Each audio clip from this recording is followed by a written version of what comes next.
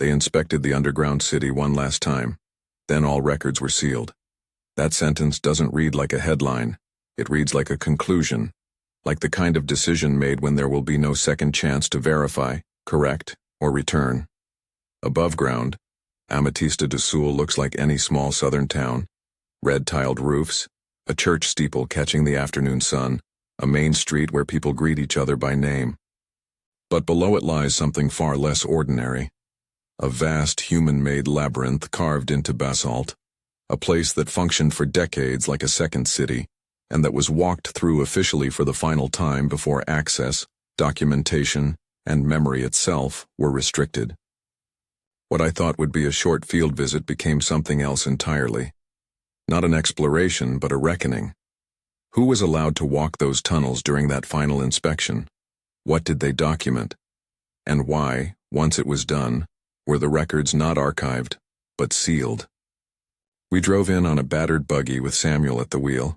He's a local guide and former miner with steady hands and the kind of calm that only comes from long familiarity with dangerous spaces. The buggy rattled down past open pits and patches of green, then stopped at a rusted gate.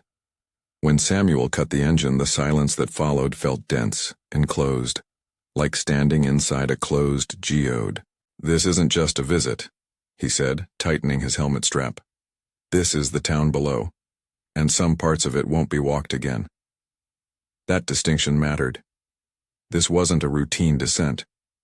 The inspection he referred to had been framed locally as the last comprehensive walkthrough, not a survey meant to reopen space, but one meant to decide what would never again be freely entered, mapped, or discussed in full.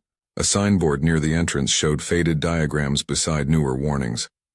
Some arrows pointed confidently forward, others stopped abruptly. I opened my notebook, and the plan of the day reduced itself to a single line. Descend, observe, understand what justified a permanent closure. If you want more deep-dive investigations like this, subscribe and check the description for sources and responsible tours. This channel documents what can still be seen, not what has already been locked away. Ametista do Sul's story begins quietly, almost accidentally. In the 1920s, farmers struck purple stone while digging. What followed reshaped the region. Fields gave way to shafts, agriculture to extraction. Basalt flows, dense and ancient, held hollow pockets filled over time with silica-rich fluids. Inside those pockets, amethyst crystals grew slowly, point by point, until miners learned how to extract entire geodes without destroying their value. Leomara, who runs the Mineralogy Museum, explained the process beneath low ceilings and glass cases. She spoke about silica percentages, iron impurities, and how slight chemical variations determine color. But when the conversation turned to documentation, her tone shifted. "Science explains the stone," she said, "but access explains power. Her museum preserves what can be shown, but not everything beneath the town was meant to remain visible. Early mining here was brutal. Manual tools, unstable shafts, and little protection. Miners learned to listen to the rock, to feel hollow spaces before striking. João, an old prospector, told me mistakes weren't theoretical. If you hit wrong, he said, you lose the stone, or the ceiling. The cost was paid in bodies as much as in effort. Silica dust scarred lungs. Noise shattered hearing. Collapses claimed lives. Even today, memorial plaques outside the museum list names without full stories, because documentation from those early decades is incomplete or lost. As safety improved, so did complexity. Water-assisted drills, ventilation systems, and protective gear reduced risk. But the underground itself became increasingly interconnected. Old amateur tunnels crossing beneath newer commercial galleries, private claims overlapping tourist spaces. What looked like opportunity also created danger. That danger is what triggered the inspection. Local sources described it not as maintenance, but as a final audit.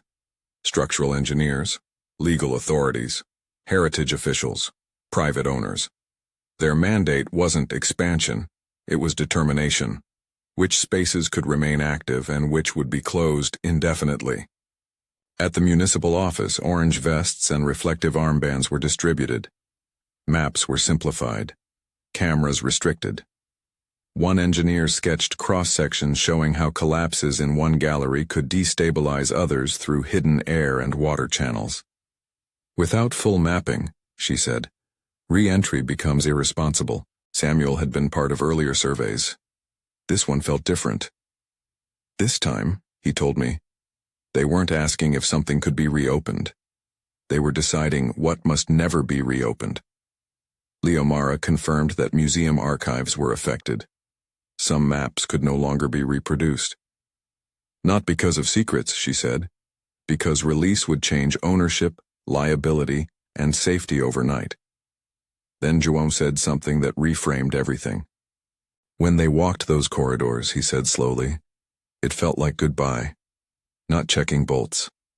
Final steps. That phrase mattered. After the inspection, folders didn't go to archives. They went to sealed cabinets, restricted access, judicial oversight, a chain of custody designed not for organization but for containment. I was told what the records included: structural assessments, ownership disputes, proprietary tourist installations, unmapped voids.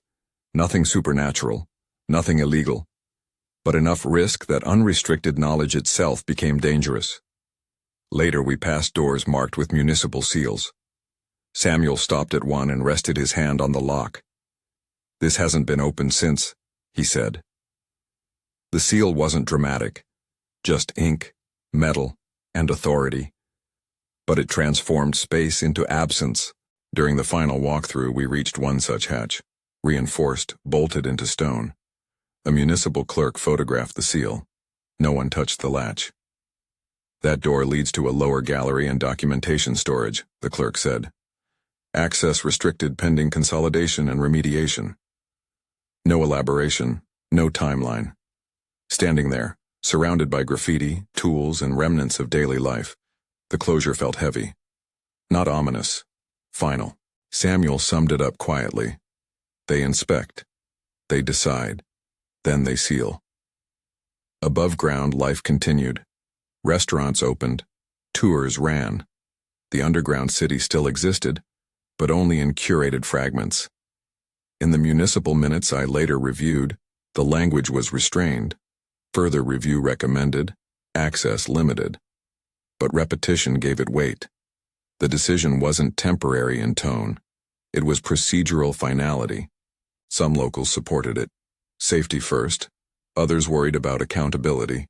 Sealed records also seal mistakes. Families of miners questioned what would now remain unknowable. Engineers described the risk of interconnected voids.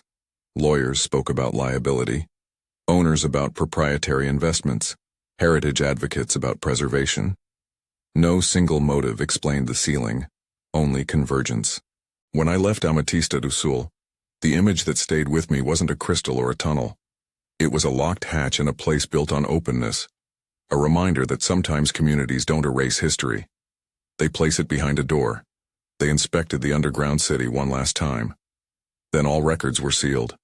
And that decision still shapes what can be seen, what can be told, and what must remain beneath the surface, waiting for a future that decides whether those locks are ever turned again.